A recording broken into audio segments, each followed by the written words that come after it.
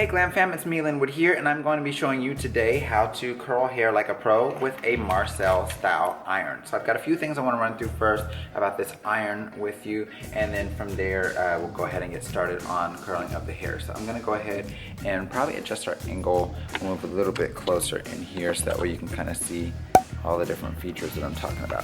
So this is the iron that I'm using here. It's a standard 1-inch Marcel iron. It's by Hot Tools, as you can see. And the thing that I like about it is it has a double swivel handle. So this portion here swivels, as well as the handle on the clip, it swivels as well. So it makes it quite a bit easier. A lot of people when they're curling hair are trying to use one of the clip spring-loaded irons, and to me, when you're working professionally, it does not work as well. So I'm gonna show you guys a couple different techniques on how to use this, and then we'll go ahead and get started. Now this is an electric Marcel. They do have some that you can put in the stove as well, and we'll probably cover those at a different time. So the first thing that you want to keep in mind is that yes, this can be locked, and basically I would just line up my arrows and then click lock, and then only the top one would swivel, which is how most of the electric Marcels used to be, and they started creating the ones that swivel on both sides. So it just makes it quite a bit easier to curl with that thing going both ways. And the thing I like about it is that because it has a swivel handle here as well, it also keeps you from having that cord knot all up. So let's go ahead and turn back to the mannequin over here. And then I will get started on showing you how we do these curls. Okay, so hopefully you guys can see plainly what's going on here. But I've got a section of hair, and just as a general rule of thumb, anytime that you're curling hair, you don't want your sections to be any wider in terms of height than your curling iron is. So typically it's gonna fit right in that range. You also don't want it to be any further across than your curling iron, and really I like for it to be a slightly smaller size just for the sake of things fitting in there rather nicely. So I'm gonna go ahead and start out by just smoothing out that section of hair. Now with this, I have my iron sitting at about 350 degrees. They do have an adjustable temperature setting here on the side, and this one goes all the way up to 430 degrees, which to me is a bit high. So I'm gonna go ahead and start off. I've already tested out. We're gonna smooth here at the scalp area, just so you know there's no product in this hair. And then we're gonna come right on underneath, and I'm starting at the top. Most people tend to start curling from the bottom of the hair, and then they want to work their way up. The difficult thing with that is that you don't get as smooth of a curl, and you have a lot of frizz in your finished result. So I'm just gonna go ahead, notice I'm lightly clicking that clamp and just rolling back up. Lightly click and roll back up. Now keep in mind, my opposite hand, my left hand in this instance, is holding that hair, but it is not holding it and wrapping it around the iron. What that hand is doing is just keeping those ends right where they need to be. So here I'm feeling like it's warm enough, so I'm just gonna go ahead and just lightly click and slide my iron right on out of there. Now I'm not gonna disturb that curl. If you start disturbing the curl, what you'll notice happen is that your curls will drop and they just don't hold as well. So if you've done an excellent curl, you'll notice it should hold on its own like that with no product whatsoever. So I'm gonna show you on this side what happens if you curl from the ends of the hair and go up. So I'm gonna go ahead and start off here, and we're just gonna roll up. And what's happening here, number one, you can see quite a bit more frizz on the barrel there.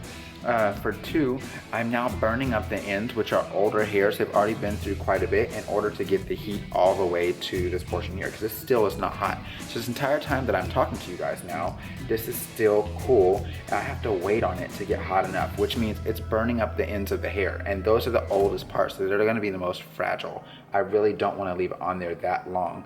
So I'm gonna go ahead and give it a good click, let it go, and you should instantly notice the difference in those curls.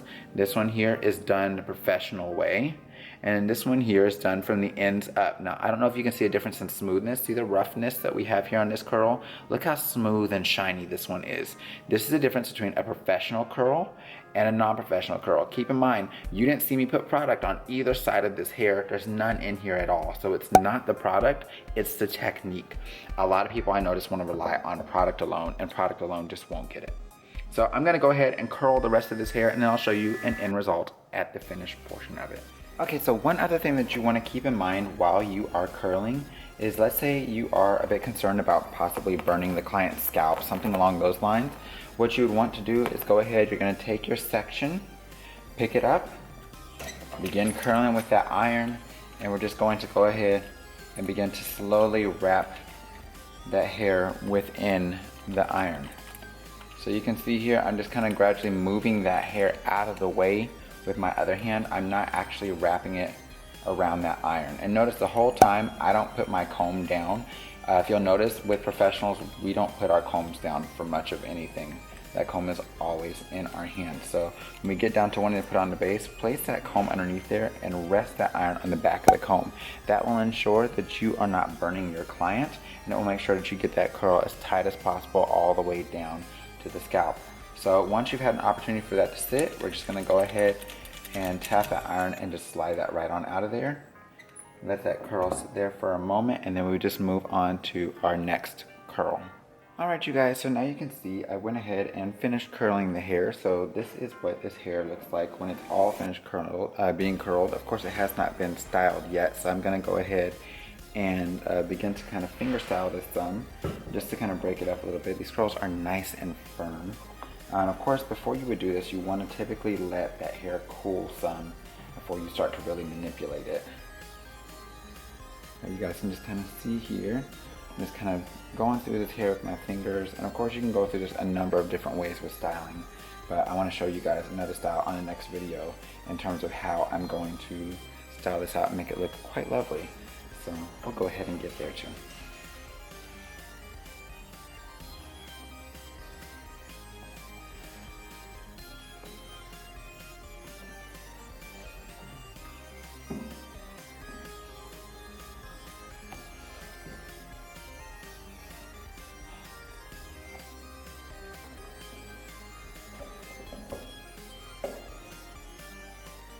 So what do you guys think? Let me know in the comment box below. And until next time, you guys, take care and stay glam. Bye-bye.